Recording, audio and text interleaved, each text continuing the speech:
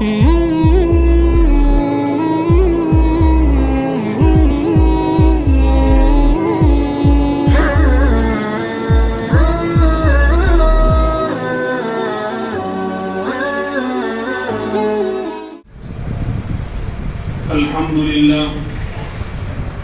لله كفى وسلام على عباده الذين اصطفى أما بعد فأعوذ بالله من الشيطان الرجيم بسم الله الرحمن الرحيم خذ من أموالهم صدقة تطهرهم وتزكيهم بها وصل عليهم إن صلاتك سكن لهم وقال النبي صلى الله عليه وسلم حسنوا أموالكم بالزكاة أو كما قال صلى الله عليه وسلم اللهم صل على سيدنا محمد وعلى آل سيدنا محمد وبارك وسلم اللهم صل على سيدنا محمد وعلى آل سيدنا محمد وبارك وسلم اللهم صل على سيدنا محمد وعلى آل سيدنا محمد وبارك وسلم. اسلام کے ارکان اور فرائض میں جو ایمان کے بعد دوسرا فرض ہے وہ زکوٰۃ ہے. زکوٰۃ مالی عبادت کا نام ہے کہ جان مال دونوں اللہ کا دیا ہوا ہے. جان بھی ہماری نہیں، مال بھی ہمارا نہیں. یہ تو انسان کی غلط فہمی ہے. دنیا میں آنے کے بعد غیروں کی طرح مسلمان بھی یہ بات کہنے لگ جاتا ہے، بولنے لگ جاتا ہے کہ میں نے مال کمایا، مال میرا ہے، جان میری ہے. نہیں، اسی لیے تو جان کو ضائع کرنا حرام ہے. خودکشی کرنا حرام کیوں ہے؟ کیونکہ جان ہماری نہیں. اگر ہماری ہوتی تو انسان جس چیز کا مالک ہوتا ہے اس کو جس طرح چاہے ختم کرے، کسی کو بولنے کا حق نہیں. تو پھر خودکشی کرنا، آپگھات کرنا اسی لیے تو حرام ہے کہ جان ہماری تھی، ہم نے تم کو امانت کے طور پر دیا تھا کہ تم استعمال کرو، جان کو بھی مال کو بھی. بس شرط یہ ہے ہماری کہ ہمارے حکم کے مطابق استعمال کرو. جان جہاں لگانا ہے وہاں لگاؤ. مال جہاں پر ہم نے خرچ کرنے کا حکم دیا ہے وہاں کرو. جہاں پر حکم نہیں دیا وہاں خرچ مت کرو. جہاں پر جتنا خرچ کرنے کا حکم دیا ہے اتنا کرو، اس سے زیادہ مت کرو. تو مالی عبادت کا نام زکوٰۃ ہے. اور اگر زکوٰۃ کا نظام سدھر جائے، مالی نظام سدھر جائے تو اس ملک میں کوئی مسلمان غریب نہیں رہے گا. سمجھے؟ راتوں کو جاگنا جو فتنہ چل پڑا ہے، کل بھی جاگنے کی رات تھی، عبادت کی رات نہیں تھی. تو اکثر لوگ جو جگہ ہیں میں ان کے حالات بیان کر رہا ہوں کہ جاگنے میں وقت زیادہ لگا، عبادت میں وقت بہت کم لگا. جاگتے ہیں، یہاں وہاں بھاگتے ہیں، گھومتے ہیں، کھاتے ہیں، پیتے ہیں، موبائل استعمال کرتے ہیں.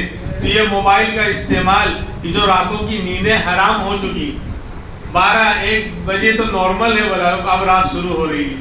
2-3 بجے تک لوگ اپنے گھروں میں بھی موبائل پر لگے رہتے ہیں کہ انٹرنیٹ کا نیا جی بی شروع ہو رہا ہے 12 کے بعد، تو اس کو یوز کرتے ہیں، استعمال کرتے ہیں. تو یہ مال کا فتنہ ہے. زکوٰۃ، صرف زکوٰۃ کا مطلب یہ نہیں ہے کہ سال میں ایک مرتبہ 40واں حصہ اپنے مال میں سے نکال دیا، فقیر کو دے دیا تو زکوٰۃ ہو گئی. زکوٰۃ کا نظام سدھرے گا تو مال کا نظام درست ہوگا. مسلمان مال کو وہاں خرچ کرے گا جہاں خرچ کرنا ضروری ہے، اور وہاں خرچ نہیں کرے گا جو اللہ کی نافرمانی والی جگہ ہیں، جہاں خرچ کرنے سے اللہ ناراض ہوتے ہیں. تو اب راتوں کا جاگنا، دنیا کا جو سسٹم ہم نے چینج کر دیا ہے، یہ مال کا ہی تو فتنہ ہے. اگر مال نہ ہوتا تو موبائل کہاں سے آتا؟ یا اگر مال ہوتا لیکن دینداری بھی ہوتی اور شعور اور احساس بھی ہوتا کہ اس مال کو مجھے صحیح جگہ لگانا ہے، تو راتوں کو جاگتا نہیں مسلمان، اپنی صحت خراب نہیں کرتا. یعنی دیکھو بات کہاں سے کہاں تک جائے گی. فتنہ ایک مال آیا تبھی تو شاندار موبائل آیا، تبھی تو ہری ہم کو سوچتی ہے کہ یہ پیک اب 2 GB بھی کم پڑ رہا ہے، 3 GB والا اب وہ بھی کم پڑے گا تو اس سے زیادہ مہنگا، یعنی مہینوں میں ہزاروں روپیہ صرف انٹرنیٹ پہ خرچ کرتے ہیں، سوائے گناہ کے کچھ نہیں حاصل ہوتا۔ عام طور پر میں کہہ رہا ہوں، عام بات کر رہا ہوں، کوئی اللہ کا بندہ کوئی نیک ہو، کوئی دین کی خدمت کر رہا ہو موبائل کے ذریعے، ایسے لوگ کم ہیں۔ تو راتوں کا جاگنا بھی یہ مال کا فتنہ ہے۔ زکوٰۃ اگر صحیح طریقے سے دی جائے گی تو مال کا سارا نظام صحیح ہو جائے گا۔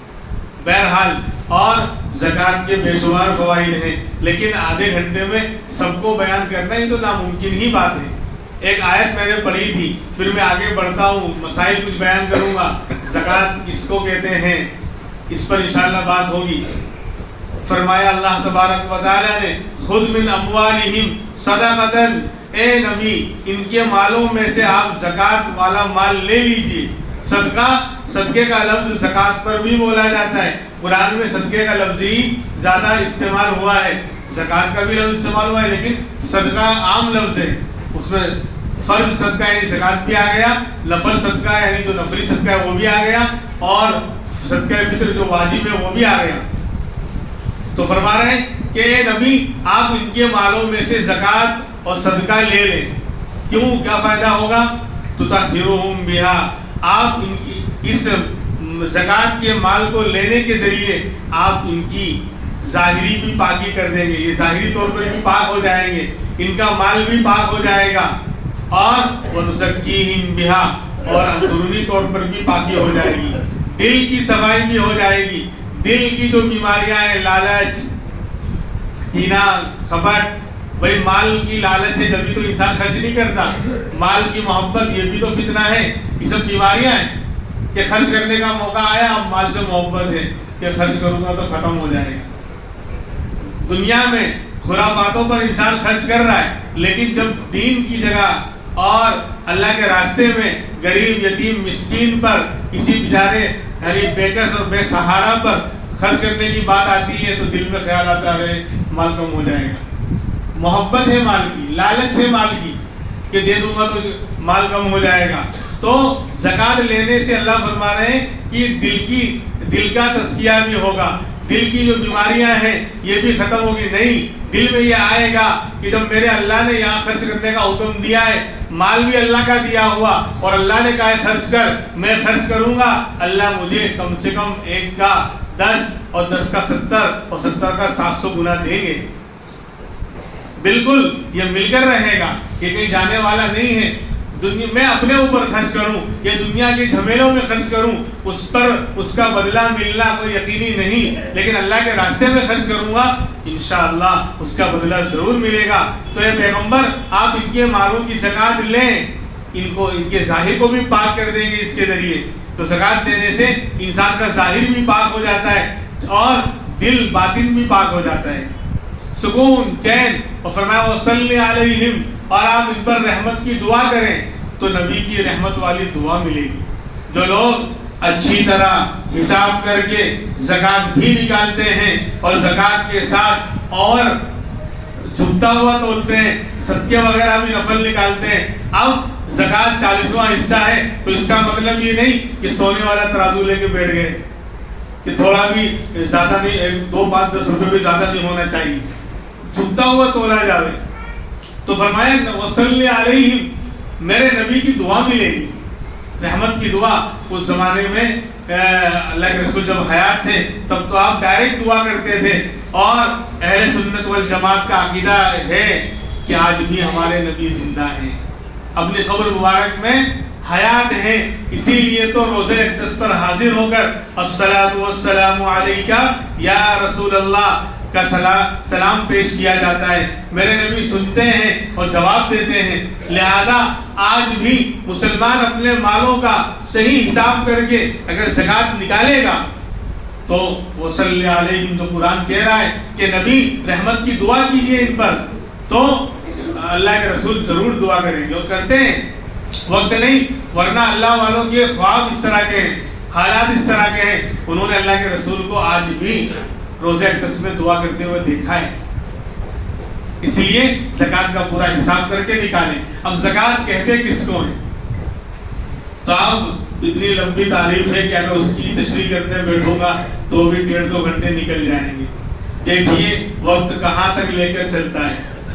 عربی میں کہتے ہیں زکات زکا یزکی تزکیۃ و زکاتن. زکات کے لغوی معنی آتے ہیں لغت میں عربی میں دیکھیں گے آپ تو بڑھوتری، اضافہ اور پاکی اور صفائی. ایک معنی ہے پاکی اور صفائی کے، کیونکہ زکات نکالنے سے باقی مال پاک اور صاف ہو جاتا ہے. جسے مال کپڑے کا میل جب دور کر دو دھو کر، جب میل نکل گیا تو کپڑا کیا ہو جاتا ہے؟ پاک اور صاف ہو جاتا ہے. تو زکات مال کا میل ہے، زکات مال کا پیسے کا میل ہے. جب ہم نے 40واں حصہ نکال دیا تو میل نکل گیا تو باقی مال کیا ہو جاتا ہے؟ پاک اور صاف ہو جاتا ہے. تو زکات کے ایک معنی پاکی اور صفائی کے آتے ہیں اور دوسرے معنی ہے بڑھوتری کے، اضافے کے آتے ہیں کہ زکات دینے سے مال بڑھتا ہے، دیکھنے میں گھٹتا ہے لیکن ریئل میں حقیقت میں بڑھتا ہے. بھائی ہم نے جو ہے 1 لاکھ کی 2500 روپے زکات نکال دی، 2500 آئے گی نا بھائی، 40,000 پہ 1,000 تو 80 پہ 2,000 تو 1 لاکھ پہ 2,500. تو جس بندے نے 1 لاکھ روپے کے اوپر 2,500 کی زکات نکالی تو دیکھنے میں تو مال کم ہو گیا، 97,500 ہی ہے، 2,500 چلا گیا. لیکن اللہ کہتے ہیں بندے گیا نہیں آیا ہے. اب 97.5 میں تیرے 2 لاکھ کا اور 5 لاکھ کا کام میں بناؤں گا. گویا تیرے پاس 5 لاکھ روپے ہیں، 5 لاکھ روپے ہوتے تو تیرا کام بنتا میں 97.5 میں بنا دوں گا. یہ ہمیں پتہ نہیں چلتا کیونکہ دنیا میں جو دکھتا ہے وہ بکتا ہے. دنیا ظاہر کا نام ہے، ہمیں جو نظر آتا ہے اسی کو مانتے ہیں. جو دکھ رہا ہے، جس کو ہم محسوس کر رہے ہیں، یعنی دیکھنے سے، سننے سے اور ناک سے سونگ کر، تو جو ظاہر میں نظر آتا ہے وہی سمجھ میں آتا ہے. دنیا کا ضابطہ یہ ہے. اللہ کہتے ہیں کہ ظاہر کے علاوہ ایک دوسری دنیا بھی ہے. اللہ کا غیبی نظام بھی یہ ہے کہ تم زکات نکالو گے، ہم ایسے مالوں میں برکت دیں گے کہ تمہارا جو کام لاکھوں میں ہوتا تھا وہ 1,000 روپے میں بنا دیں گے. ہم بیماریوں سے، علاوہ بلاؤں سے تم کو بچا لیں گے. بہرحال زکات کہتے ہیں تملیک جزء مال عینہ الشارع من مسلم فقیر غیر ہاشمی ولا مولاہ ما قطع المنفعۃ عن الملک من کل وجہ للہ تعالی. اتنی چھوٹی تعریف ہے، میں نے پوری عربی پڑھی ہے. سب سے بڑی کتاب ہمارے جو فتوے کی سب سے بڑی کتاب ہے جس کو فتاوی شامی کہا جاتا ہے اور عربی میں رد المختار کہتے ہیں. سب سے معتبر جو ہمارے فقہ حنفی کی شاندار کتاب ہے، اس کی عبارت میں نے آپ کے سامنے پڑھی. اس میں حضرت نے تعریف کی زکات کس کو کہتے ہیں. پہلا لفظ ہے تملیک جزء مال، مال کے ایک حصے اور ایک جز کا مالک بنانا. کیا کرنا؟ مالک بنانا. تملیک کے معنی مالک بنانا، یعنی آپ پیسہ لے کر، پیسہ ہو یا کوئی اور شکل میں مال ہو، روپیہ پیسہ ہونا ہی ضروری نہیں، جو چیز بھی مال ہے، کپڑا ہے، کھانا ہے، اناج ہے، روپیہ پیسہ ہے، جو چیز بھی ہے، اس مال کا آپ مالک بناوے فقیر کو، یعنی دیویں اور فقیر قبضے میں لے تو زکات ادا ہوگی. پہلا ہی لفظ ہے تملیک. تملیک جزء مال، مال کے ایک جز کا مالک بنانا. لہذا اگر کوئی شکل ایسی ہم نے اختیار کی اس میں مالک بنانا نہیں پایا جا رہا، فقیر کو ہم اپنے ہاتھوں سے دے کر اس کو مالک نہیں بنا رہے تو زکات ادا نہیں ہوگی. مثال، ایک آدمی نے 50,000 روپے اس کی زکات نکل رہی تھی، مالدار آدمی تھا، 50,000 روپے اس کی زکات نکل رہی تھی. اس نے کیا کیا؟ اس کا کھانا بنوا دیا اور فقیروں کی، محتاجوں کی دعوت کر دی. جو لوگ زکات کے مستحق ہیں آؤ بھائی کھانا کھاؤ. تو کھانا اس کا پیکٹ بنا کر ان کے حوالے نہیں کیا، ان کو مالک نہیں بنایا، بلکہ کہا کہ بیٹھ کر کھاؤ تمہاری دعوت. تو یہ اباحت ہے، یہ اجازت ہے کہ بھائی بیٹھ کر کھانے کی اجازت، اباحت. یہ تملیک نہیں ہے، مالک بنانا نہیں ہوا، زکات ادا نہیں ہوگی.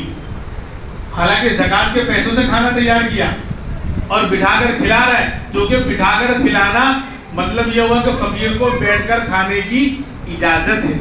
عربی میں کہتے ہیں اباحت ہے، مالک بنانا نہیں. کوئی لے کر جائے گا تو کھانے کا ہے، لے کے نہیں جانے کا ہے، رکھ. تو پتا چلا کہ تملیک نہیں ہے، مالک بنانا نہیں پایا گیا. زکات ادا ہاں اسی کھانے کو آپ تیار کرتے اور پیکٹ میں باکس میں رکھتے اور پیکٹ بنا کر جو ڈسچارج کر لوگ دیتے ہیں، اس طرح فقیر کو دیتے، مالک بناتے. لو بھائی آؤ لائن لگاؤ اور لیتے جاؤ. تو دیکھو آپ نے مالک بنا دیا، اب زکات ادا ہو جائے گی. تو جو بھی پیسہ ہے یا مال ہے، کھانا ہے، کپڑا ہے، جس کو بھی ہم مال کہتے ہیں، صرف میں مال کہا جاتا ہے، خالی روپے پیسے کو مال نہیں کہتے.